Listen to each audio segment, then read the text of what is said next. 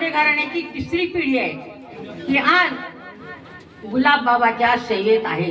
माझे मोठे भासरे जाऊबाई, नंतर गजाननाची तिसरी पिढी आमच्या नितीनची, ह्या 3 पिढ्या सतत सेवा करत आहेत. पण मी बाहेरगावी असल्यामुळे मला काही इतकं हे नाही, जवळून अनुभूती नाही आली. पण मला गुलाबबाबाचा सुद्धा एक संकेत मिळाला, त्यावेळेसची एक अनुभूती मिळाली.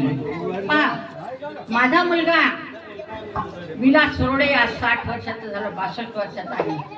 त्या मी अकोली जहागीरला नोकरी करत होते. त्यावेळी माझा मुलगा फक्त 2 महिन्याचा होता. कार्यक्रम आहे वाचायला गुलाबबाबांचा म्हणून माझ्या शाळेतले शिक्षक आणि मी आम्ही इथे कार्यक्रमाला आलो नंदी पेटीमध्ये. तेव्हा माझा मुलगा लहान होता. मला सोडून मला नेणं म्हणे, जाणं पाहायला गेले पोराले घेऊन. म्हटलं बाई मी एवढ्या गर्दीत जात नाही.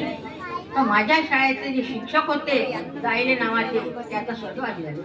त्या म्हणत मॅडम मी देतो, तुमच्या मुलाला दर्शन घडून आणतो. काही ओळख नाही पाळख नाही, मी कुठं ते कुठं.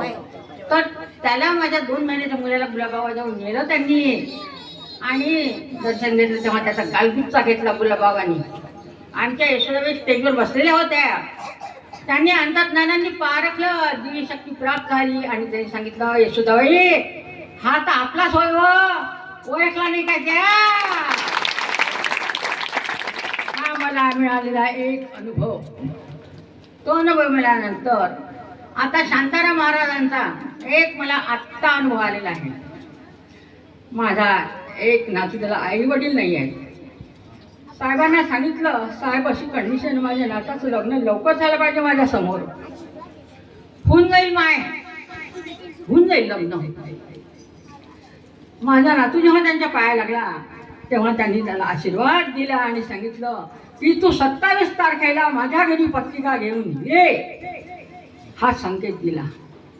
पण मला 26 तारखेला रात्री त्या पाहुण्यांचा फोन आला की आम्ही तुमच्याकडे उद्या येणार.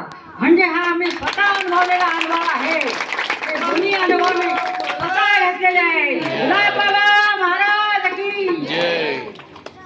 म्हणून म्हणते मी वाल्याचा वाल्मिकी का, मी जेव्हा बाहेर भाषण देत होती तेव्हा माझा भाषणाचा विषय असायचा अंधश्रद्धा निर्मूलन.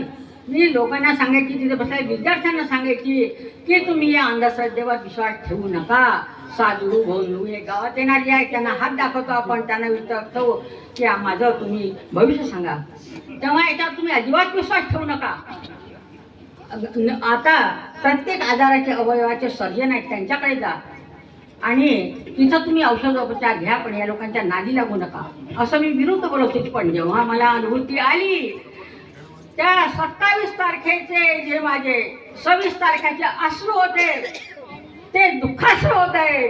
आणि रात्री जी मी गाळले इथं पत्रिका देऊन ते माझे आनंद अश्रू होते. मी ठणकावून सांगते, गुलाबबाबा महाराज की